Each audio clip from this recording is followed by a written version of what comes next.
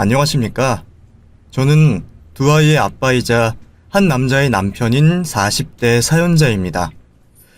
제 나이 이제 겨우 40이지만 그래도 꽤 많은 일들이 있었다 싶은데 사연을 적어 보내려 제 삶을 돌아보고 나니 더욱 그런 듯합니다. 제 의지와 상관없는 복잡한 가정사에 남들은 별 걱정 없이 살았을 어린 시절마저 제게는 녹록지 않았으니까요. 모두 제가 원한 적 없고 제 탓이 아니었음에도 저는 복잡한 상황들 때문에 오랫동안 고통을 받아야 했습니다.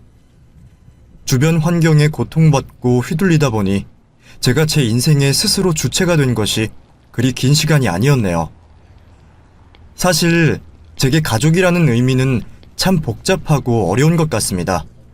완전한 애정도 완전한 증오도 아닌 말로 설명하기 어려운 애증인 것 같네요.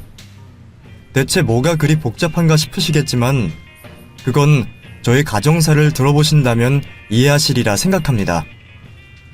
어렸을 적 저는 어머니와 단 둘이 지내왔습니다. 저희 집에는 아버지가 계시지 않았고 처음부터 그것이 익숙했던 저는 그게 당연한 줄만 알고 자랐습니다.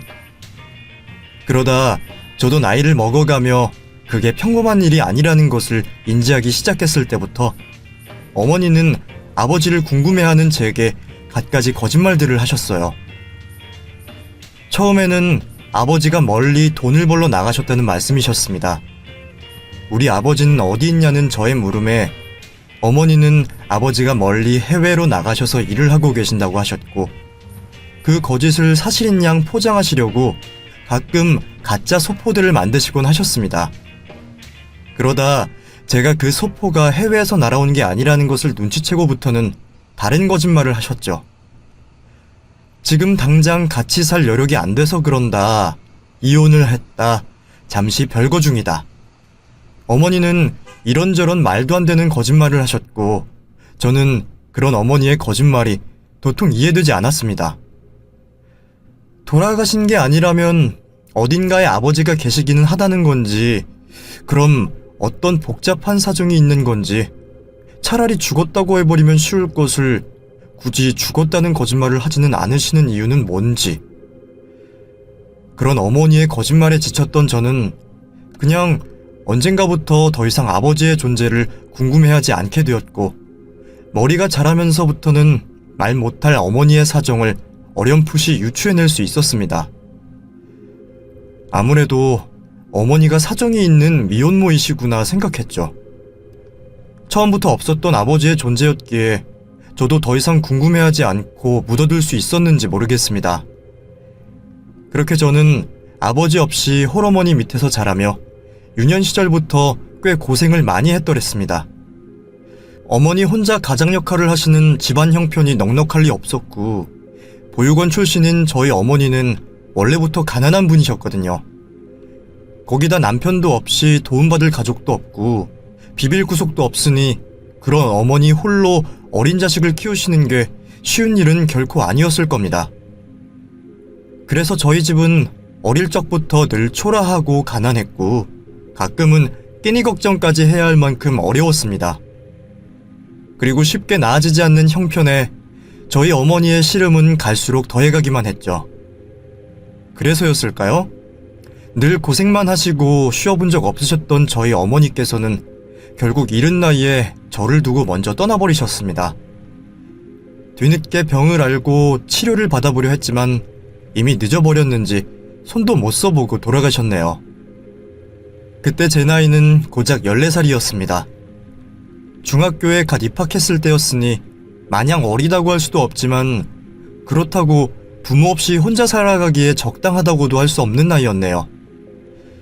그렇게 저는 아직은 모자란 나이에 유일한 가족이었던 어머니를 떠나보내드리고 그 후 천혜고아가 되어 시설로 들어가야 했습니다.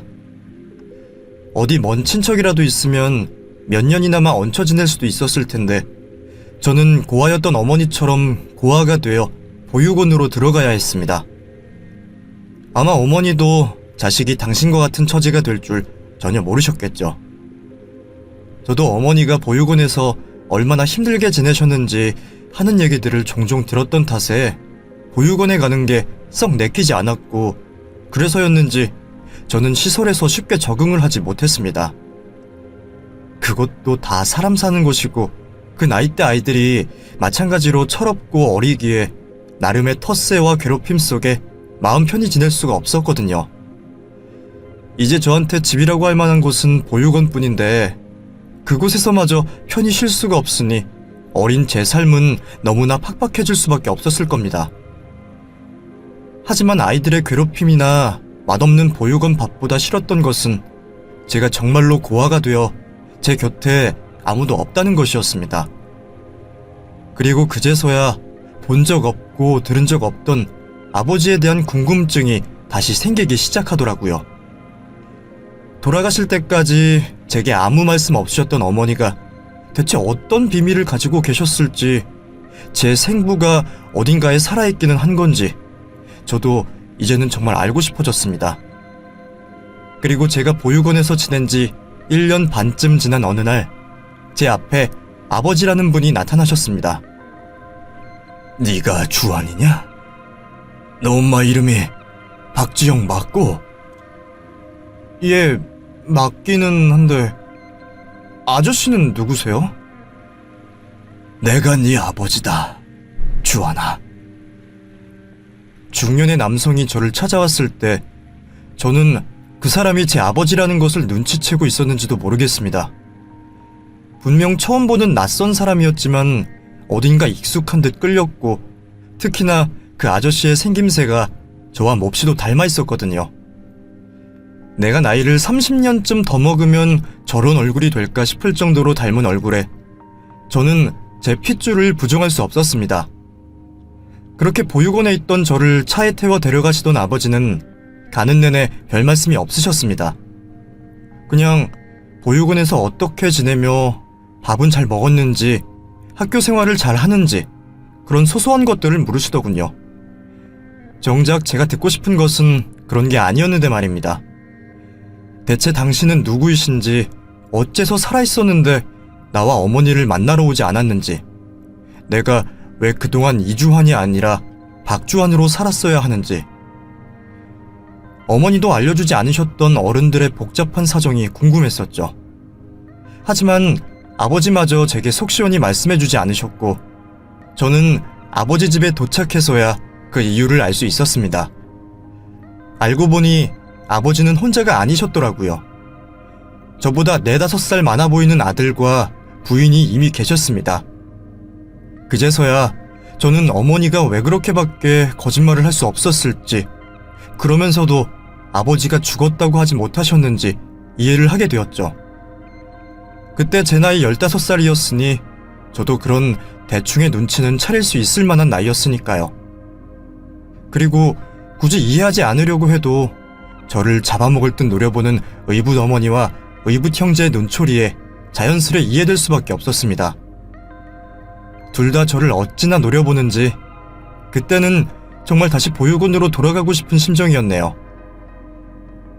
다들 인사해라. 앞으로 우리 집에서 지내게 될 주환이다. 주환아, 여기는 네 형이다. 너보다 4살 많은 올해 고3이고, 여기는 내 처이고, 어머니라고 부르면 된다. 아버지의 소개에 식구들은 똥을 씹은 표정을 애써 숨기려 하는 게 보였습니다. 처음 뵙겠습니다. 박주환이라고 합니다. 주환아, 이주환이라고 해야지.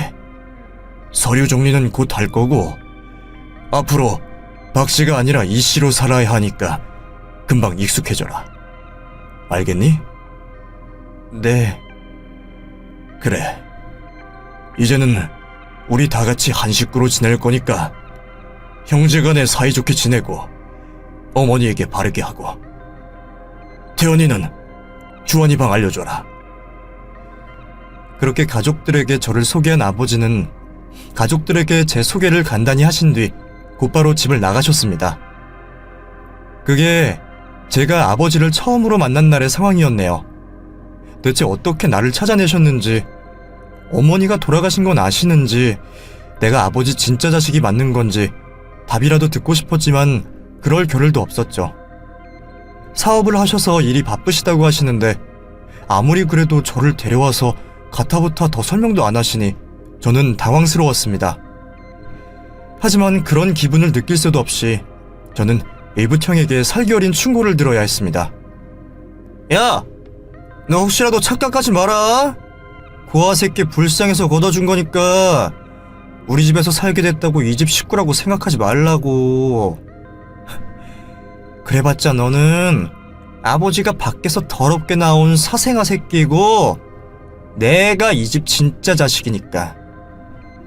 그러니까 너는 그냥 쥐죽은 듯이 살다가 나이 먹자마자 나가서 우리랑 연 끊고 살면 되는 거야.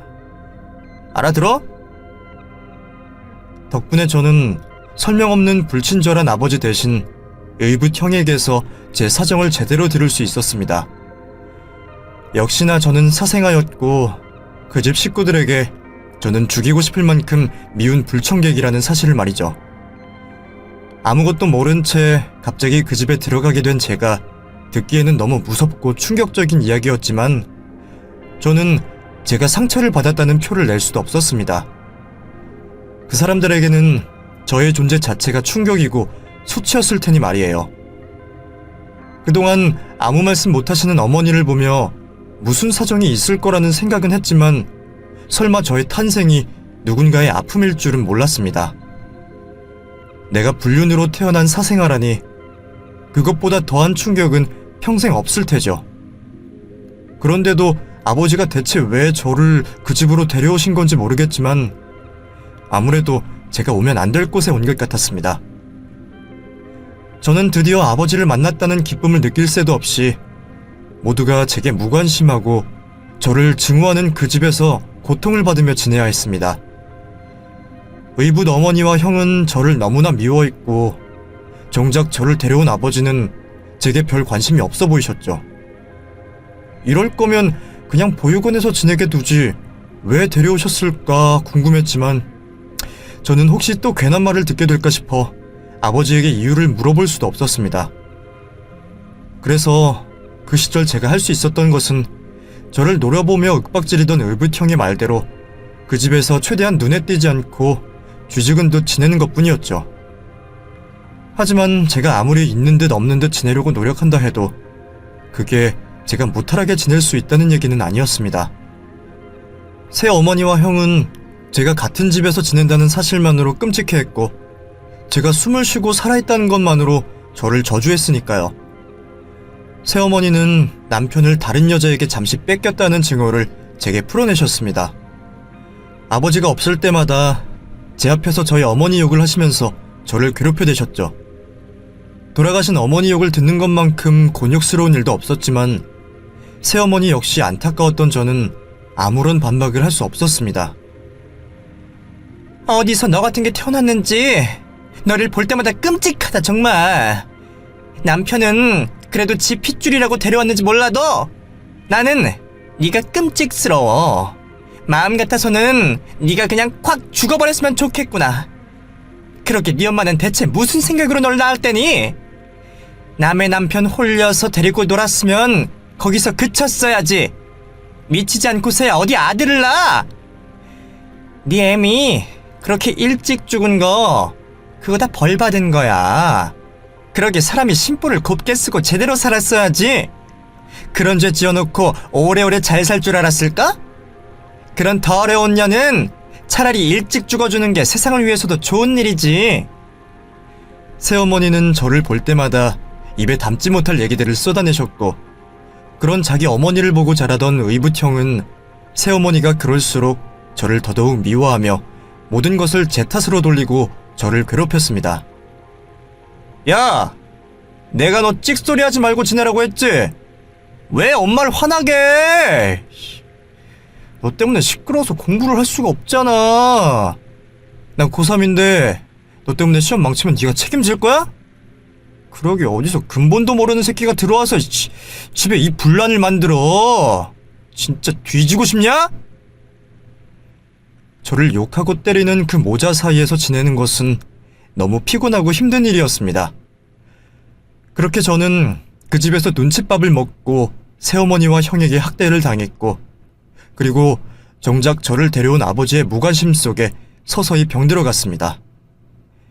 아버지는 제가 집에서 편해 지내지 못한다는 걸 아시면서도 별다른 노력을 하지 않으셨죠. 이럴 거면 저를 왜 데려오셨나 싶었지만 고아 주제에 불평을 할 수는 없었어요.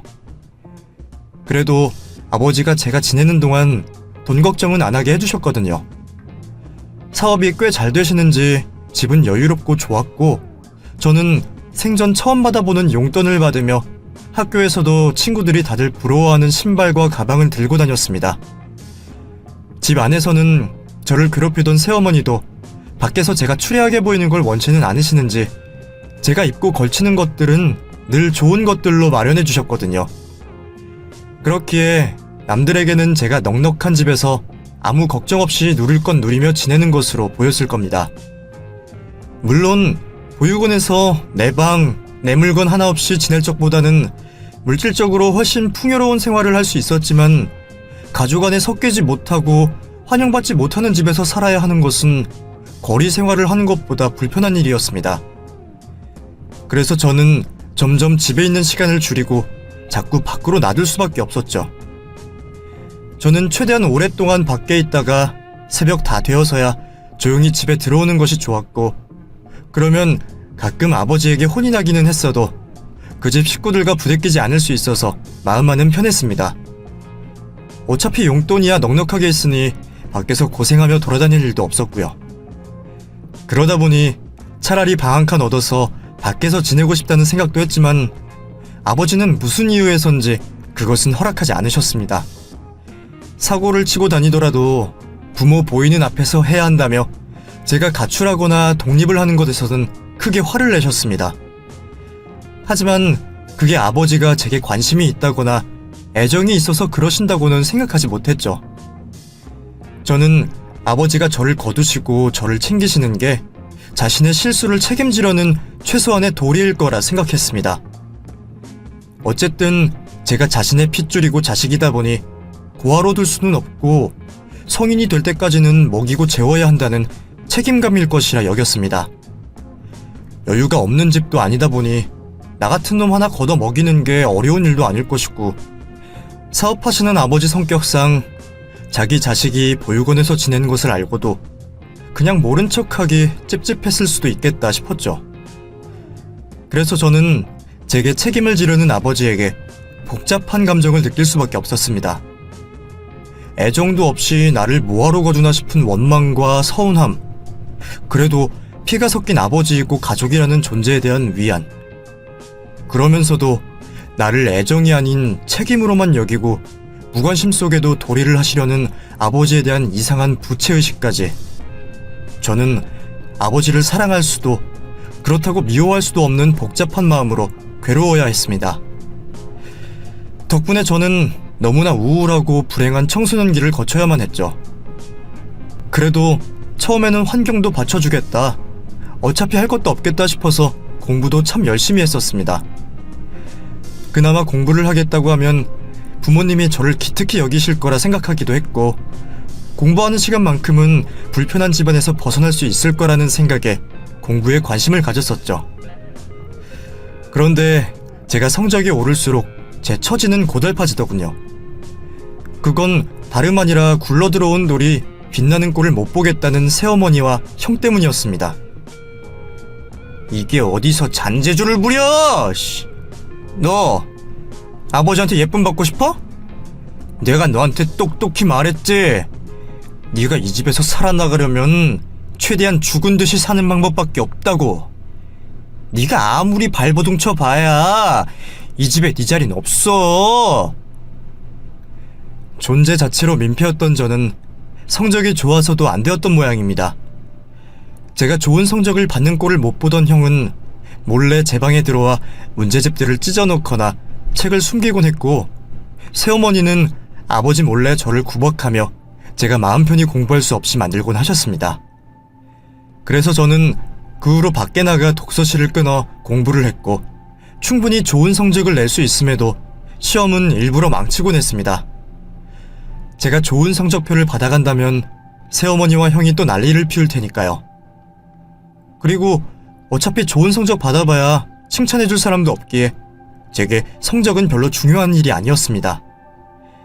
그럼에도 제가 공부를 계속했던 건 다른 이유 때문이었습니다. 저는 20살이 되면 어떻게든 그 집을 벗어나고자 생각했기에 그 뒤로 제가 독립적인 생활을 하며 무탈하게 지내기 위해서는 제 기반이 필요했거든요. 고아의 고졸인 어머니가 고생하셨던 것을 보고 자랐던 저로서는 그럴듯한 대학 간판이라도 있어야 고생을 덜 할 거라는 기대가 있었습니다.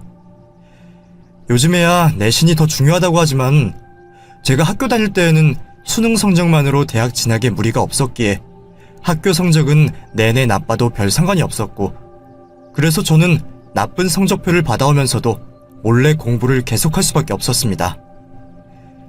그리고 그 후 저는 정말 제 뜻대로 수능을 성공적으로 치르고 제가 눈여겨봤던 대학 학과에 합격을 할 수 있었습니다.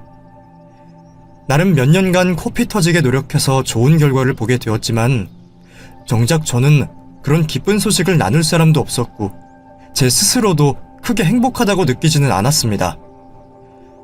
그저 이제라도 대학 생활을 하며 그 집안과 연을 끊고 제 삶을 살고 싶다 생각했죠. 하지만 아버지는 저를 내보내지 않으시더군요. 20살이나 먹었으면 더 이상 책임감으로 거두실 필요는 없다 싶었는데 아버지는 학비를 대줄 테니 집에서 통학을 하라며 독립하겠다는 저를 붙잡으셨습니다. 결국 저는 그 후로도 10년 가까운 세월을 그 집에서 더 지내야만 했죠. 그렇게 10년 넘게 친부의 집에서 원치 않던 객식구 생활을 하던 어느 날 집안에는 비보가 들이닥쳤습니다. 사업을 운영하시며 뭐든 제 손으로 해결하셔야 성에 차셨던 아버지께서 암 진단을 받게 되셨거든요.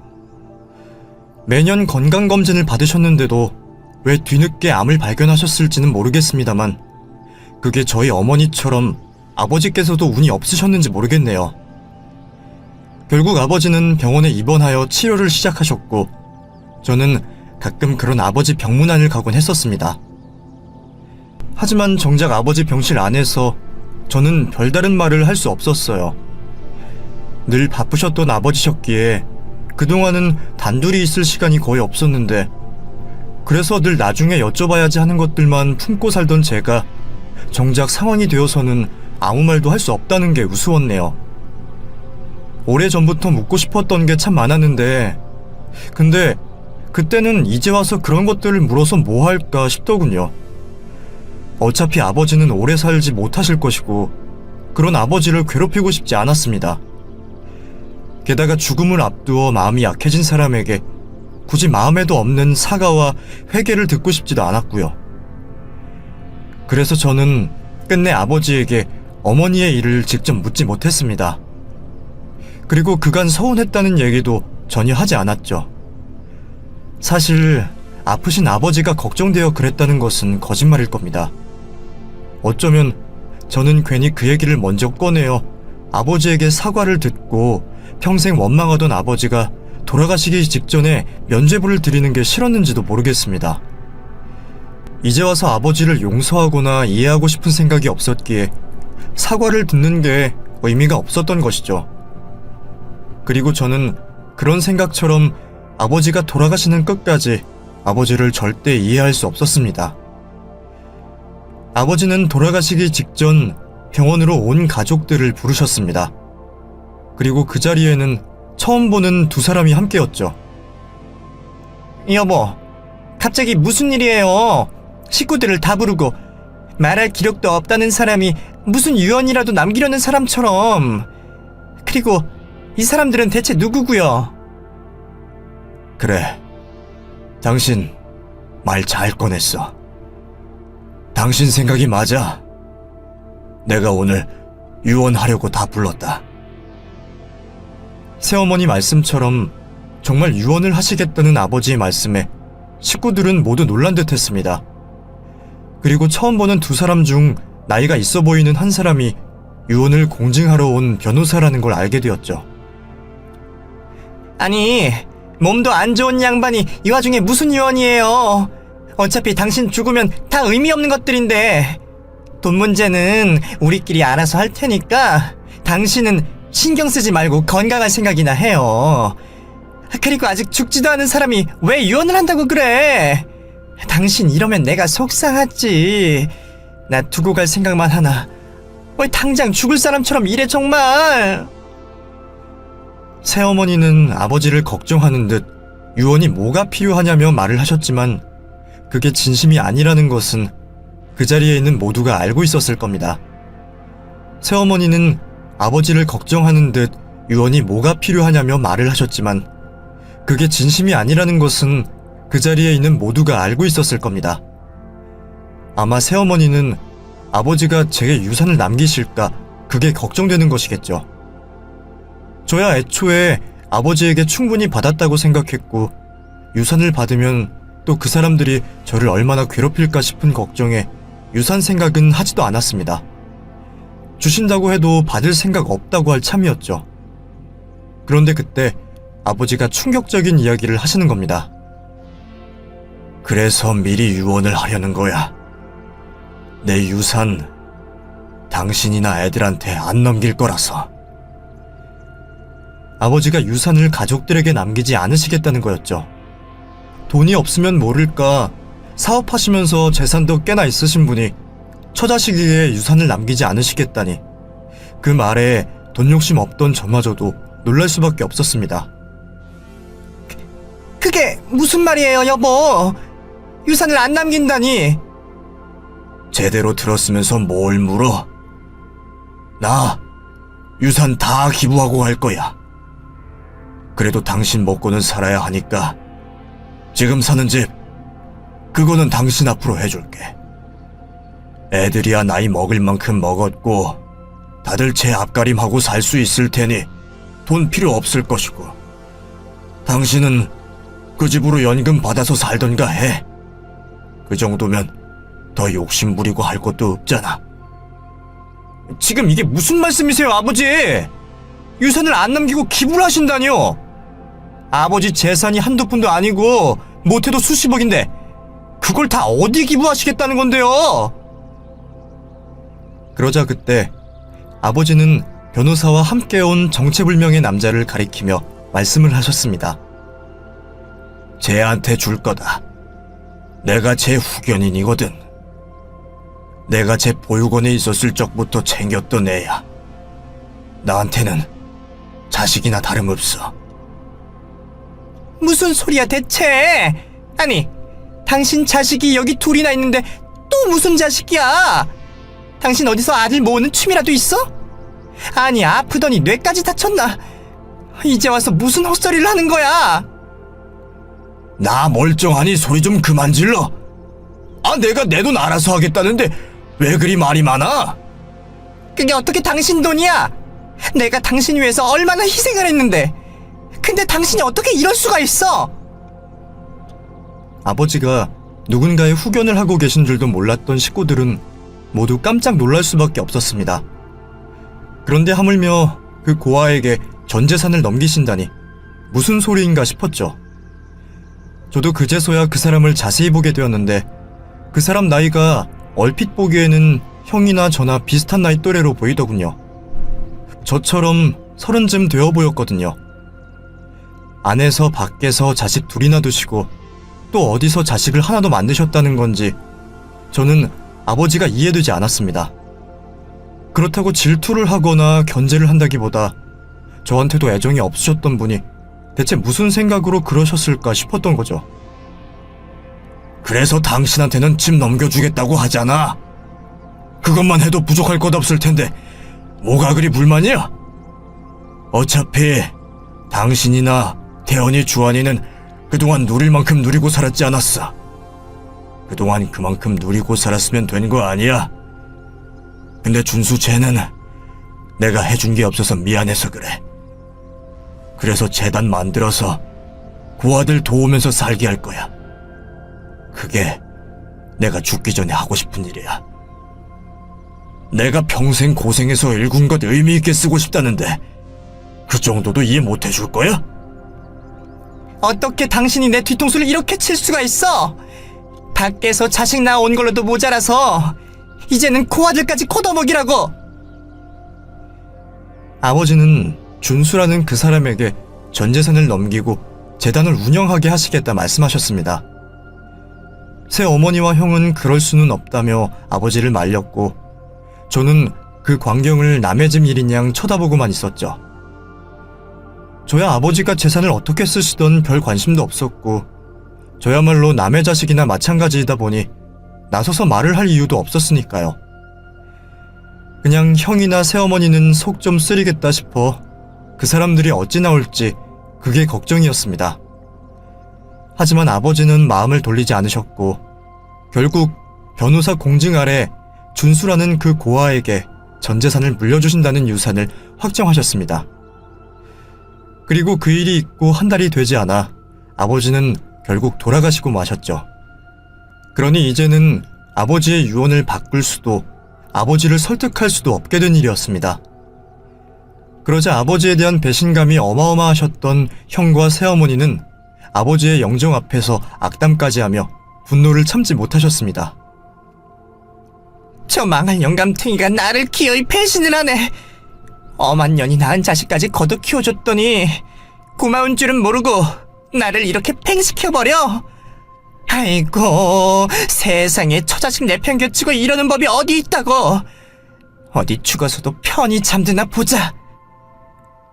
그렇게 악을 쓰시던 새어머니는 결국 병원 신세를 지게 되었고 상주 노릇해야 할 형은 유언 무효 소송이니 뭐니 하는 법적 문제들을 알아보러 다닌다며 자리를 비운 덕분에 장례식은 개판이었습니다. 그래서 얼결에 제가 아버지의 장례식에 상주 노릇을 대신해야 했죠. 그동안 딱히 애정도 없었고 이제는 더 미워할 여력도 없다 생각했던 아버지였지만 그래도 저를 낳아주신 아버지가 돌아가셨다는 것은 꽤 속상한 일이었습니다. 어머니에 이어서 아버지까지 이렇게 돌아가셨다니 저는 그제서야 완전히 혼자가 되었다 싶었죠. 하지만 이상하게 눈물은 나오지 않더군요. 그렇게 아버지 장례를 무사히 치른 후 저는 살던 집을 나와 다니던 회사 근처로 이사를 했습니다. 아버지가 안 계시니 더 이상 제가 그 집에 있을 이유도 명분도 없었고 아버지 계실 적에는 그나마 대놓고 저를 괴롭히지 못했지만 이제는 아버지도 안 계신데 가뜩이나 약이 잔뜩 올라있는 그 집 식구들에게 제가 무슨 해코지라도 당할까 무서웠거든요. 그걸 생각하니 저는 아버지 유산을 받지 않은 게 참 다행이구나 싶었습니다. 만약 제가 아버지 유산을 나눠받았더라면 새어머니와 의붓형이 무슨 짓을 했을지 그건 상상만으로도 끔찍한 일이었네요. 그렇게 제가 집까지 떠나 이제는 그 집 식구들과 영영 연이 없을 거라 생각했는데 얼마 뒤 형에게서 만나자는 연락이 왔더군요. 10여 년을 저를 미워하던 형이 이제 와서 저를 보고 싶어 찾았을 리는 없고 분명 좋은 일은 아닐 거라 생각했기에 처음에는 그냥 무시하고 말까 싶었습니다. 하지만 혹시나 회사까지 찾아올까 걱정되어 어쩔 수 없이 만날 수밖에 없었죠. 그렇게 집을 나와 다시 의붓형을 마주한 저는 내심 무슨 욕을 얻어먹을까 마음의 준비까지 하고 있었어요. 그런데 예상과 달리 놀랄 만큼 다정한 형의 태도에 깜짝 놀랄 수밖에 없었습니다. 주연아, 잘 지냈어? 혼자 지내는 건 어떠니? 새로 구한 집은 지낼만 하고? 예? 예, 뭐 괜찮아요. 어차피 회사 생활하느라 바빠서 뭘 느낄 새도 없고 그냥 괜찮아요. 그래, 너야 어디서든 잘 지낼 거라 생각하긴 하지만 그래도 갑자기 집을 나서서 지낸다니 걱정이 되더라. 어머니도 네 걱정 많이 하셔. 네가 나가겠다고 해서 붙잡지 못하셨지만 걱정되시나 보더라. 우리는 네가 계속 같이 살았으면 했는데 뭐가 그리 급해서 곧장 나가버렸어. 우리가 가깝게 지내진 않았지만 그래도 그동안 같이 지내온 정이 있는데 말이야. 그렇게 말하는 의붓형의 말에 저는 온몸에 소름이 돋는 기분이었습니다. 내 걱정이라고는 손톱만큼도 안 하고 나를 밖에 돌아다니는 쥐새끼보다도 못하게 생각했던 사람들이 이제 와서 갑자기 왜 내 걱정을 한다는 건가 싶었죠. 하지만 그런 의문은 그리 오래가지 않았습니다. 제게 인사치레를 오래 할 가치도 없다는 건지 형이 금방 본론을 꺼냈거든요. 그래서 내가 너를 찾아온 건 다름 아니라 아버지 유산 얘기를 하려고 해서야. 너도 아버지가 그런 유언을 하신데 불만이 없진 않지? 너야 늘 조용한 애니까 말을 못한 거겠지만 어떻게 불만이 없을 수가 있겠어. 역시나 형은 아버지 유산 문제로 저를 찾아온 것이었습니다. 그래서 내가 알아봤는데 아버지가 그렇게 유언을 하셨어도 아주 방법이 없는 건 아니더라고. 이 유류분 청구 소송이라는 게 있어서 그걸 하면 우리가 우리 몫을 되찾아올 수 있는 거야. 물론 다 가져오지는 못하더라고.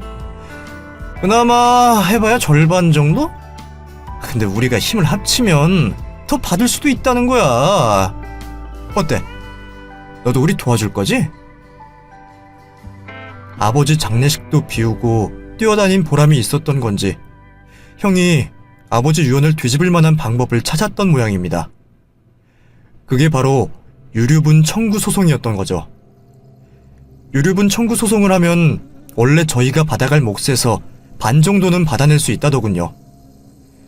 그러니 아버지 재산이 20억이면 거기서 10억을 저희가 나눠 받을 수 있는 겁니다. 새어머니는 집을 증여받으셔서 상관이 없었고요. 그래서 네가 같이 소송해서 돈을 좀 받아내주면 어떨까 해서 말이다. 글쎄요. 저는 돈 욕심도 없고 아버지가 내린 결정에 굳이 번복할 생각도 없어서요. 너더러 뭐 하라는 거 아니야. 너는 뭐 할 것 없고 그냥 서명 몇 개 하고 재판 참석만 하면 돼. 나머지는 다 내가 알아서 하고. 너 욕심 없으면 그냥 나 도와준다 생각하면 되지 않겠어? 그런 소리를 하는 걸 보니 애초에 저와 돈을 나눌 생각도 없었겠다 싶더군요. 저는 자기 욕심을 채우려고 이제 와서 제게 친한 척 좋은 말을 건네는 그 사람이 너무나 끔찍했습니다. 차라리 평생 끝까지 나를 미워하고 괄시하지 돈 앞에서 저렇게 바뀐다는 게 사람이 참 천박해 보였죠. 어차피 제가 없어도 자기 목 받아내 충분히 잘 살 사람이 왜 제 목까지 받고 싶어서 안달인가 싶었습니다. 그래서 저는 제 나름의 복수를 하기로 했어요. 나야 없어도 그만인 돈이지만 그 돈 못 받으면 알아놓을 형과 새어머니 생각에 저는 소송에 참여하지 않겠다고 통보를 했습니다. 그러자 그 두 사람은 저를 어떻게든 끌어들이려 안달이었죠. 매일 연락을 하고 집으로 회사로 찾아와 저를 귀찮게 하고 있었습니다. 하지만 저는 끝까지 그들을 도와주지 않았고 얼마 뒤 그 사람들도 결국 저를 설득하는 것을 포기하고 말았습니다. 알고 보니 돈을 받으려면 소송도 기한이 1년이라 시간이 없었던 것이죠. 그렇게 해서 의붓 형이 제 몫을 챙겼는지 모르겠지만 다행히도 그 후로 연락은 더 이상 찾아오지 않았습니다. 그리고 저는 얼마 뒤 해외로 직장을 구하며 아무도 모를 곳으로 떠나게 되었습니다. 그리고 그때부터 제가 제 인생을 살 수 있었던 것 같습니다. 제 마음대로 살고 남 눈치 안 보고 밥을 먹고 좋은 사람들과 어울리며 제 삶을 찾아간다는 것은 참 행복한 일이었습니다.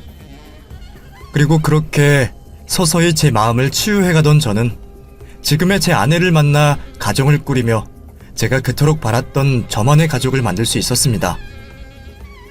그리고 결혼을 해서 한국으로 들어와 이제는 슬아의 아들, 딸을 낳고 어린 자식들 자라는 모습을 보는 것을 낙으로 여기며 살고 있죠. 그래서 저는 더 이상 행복은 필요하지 않다고 생각했습니다. 이미 충분히 행복하기에 더 욕심내지 않았던 것이죠. 그렇다고 불행하기를 바랐던 것은 아니었는데 말이에요. 저희 둘째가 5살 되던 해에 저는 청천벽력 같은 소식을 듣게 되었습니다. 아이의 몸에 이상이 있다는 것이었죠. 그래도 어떻게든 아이를 살려보려고 여기저기 병원들을 뛰어다니며 아이를 살릴 방법을 찾아다니고 있었습니다. 그렇게 방법을 찾아 겨우 치료를 받게 되었는데 이번에는 돈이 문제였네요. 흔하지 않은 병이었던 탓에 1회 치료비가 수천만 원이 들었거든요. 효과 좋은 신약은 약값도 만만치 않고 보험 적용도 되지 않는 탓에 저희 두 사람 벌이로도 아이의 치료비를 부담하기 무척 버거운 상황이었습니다. 하지만 그렇다고 치료를 포기할 수도 없었죠. 저희는 집을 파는 한이 있더라도 아이를 살리겠다고 노력했습니다. 그래서 저는 아이 간병을 하며 어떻게든 돈을 마련해보려 뛰어다니고 있었어요. 그런데 그때 전혀 예상치 못했던 인물이 저를 찾아왔습니다. 혹시 저 기억하십니까? 저 아버님이 후원해 주셨던 김준수라고 합니다. 그건 바로 10년 전 저희 아버지가 처자식 대신 전 재산을 물려주셨던 그 고아였습니다. 벌써 오랜 시간이 흘러 더는 기억할 필요도 없다 생각했는데 그때 그 잠깐의 인연을 이렇게 다시 만나게 될 줄은 몰랐네요. 하지만 저는 그 사람이 저를 왜 찾아왔는지 알지 못했습니다. 예, 기억은 납니다만 저를 왜 찾아오셨는지요? 아버지는 이미 돌아가셨고 저희가 돈독하게 지낼 만한 사이도 아니지 않습니까? 아버지에 대한 서운함 때문이었는지 저도 모르게 그 사람을 질투라도 했던 건지 왜인지 모르지만 저는 그 사람에게 괜히 날선 반응을 보였습니다. 그런데 그런 저와 다르게 그 사람은 웃으면서 저를 꼭 끌어안아 주더군요. 아버님에게 너무 섭섭해 마세요. 그분은 주원 씨를 무척 아끼고 걱정하셨습니다. 그래서 오늘 제가 이렇게 이주원 씨를 찾아온 거고요. 우선 이것부터 받아주시겠어요? 그 사람은 제게 서류 봉투를 건넸습니다. 그리고 그 봉투를 열자 웬 서류가 나오더군요. 이게 뭡니까? 웬 서류를... 재단 앞으로 남겨져 있는 동산, 부동산에 관한 서류들입니다. 그 남자가 보여준 봉투 속 서류에는 아버지가 말씀하셨던 그 재단에 관련된 서류들이 있었습니다. 그리고 그 재단의 보유 재산으로는 거의 100억에 가까운 말도 안 되는 큰 돈이 적혀 있었어요. 처음에는 영을 잘못 센 줄 알고 제 눈을 의심했죠.